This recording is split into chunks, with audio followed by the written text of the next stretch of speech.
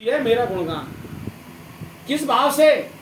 कपट, छल, छिद्र, ईर्ष्या सबको छोड़ के निस्वार्थ प्रेम भाव के साथ में और प्रेम सहित भगवान का नाम गुणगान। ये चौथी भक्ति है। अब हम लोग साधक हैं, साधना करना चाहते हैं, तो अब देखें कि हम इन चार पैरदानों में से कौन से पैरदान पर खड़े हैं। क्या हमने अब तक संतों की संगत करी?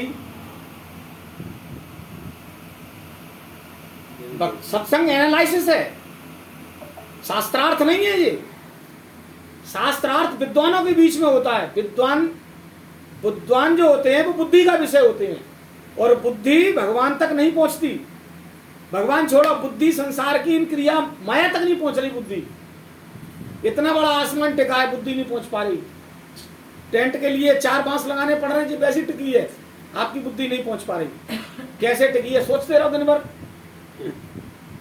तो फिर इस बुद्धि से भगवान को पकड़ पाना कि राम अतर्क और बुद्धि मनवानी, मत हमारे अब सुनो सयानी।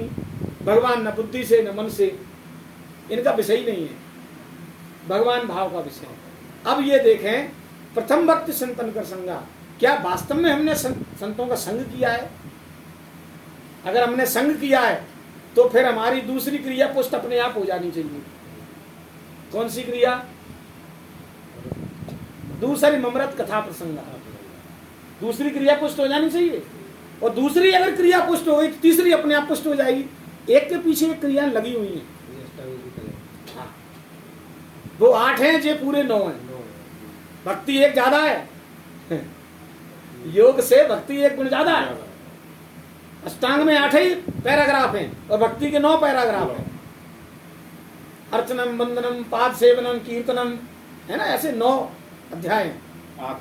आत्मनिवेदनम। अब इसमें चौथे नंबर पे आती है, तीसरे पे गुरुपद पंकज सेवा, तीसरी भक्तिमान, चौथी भक्ति मम गुणगन करहूं कपट तजगान।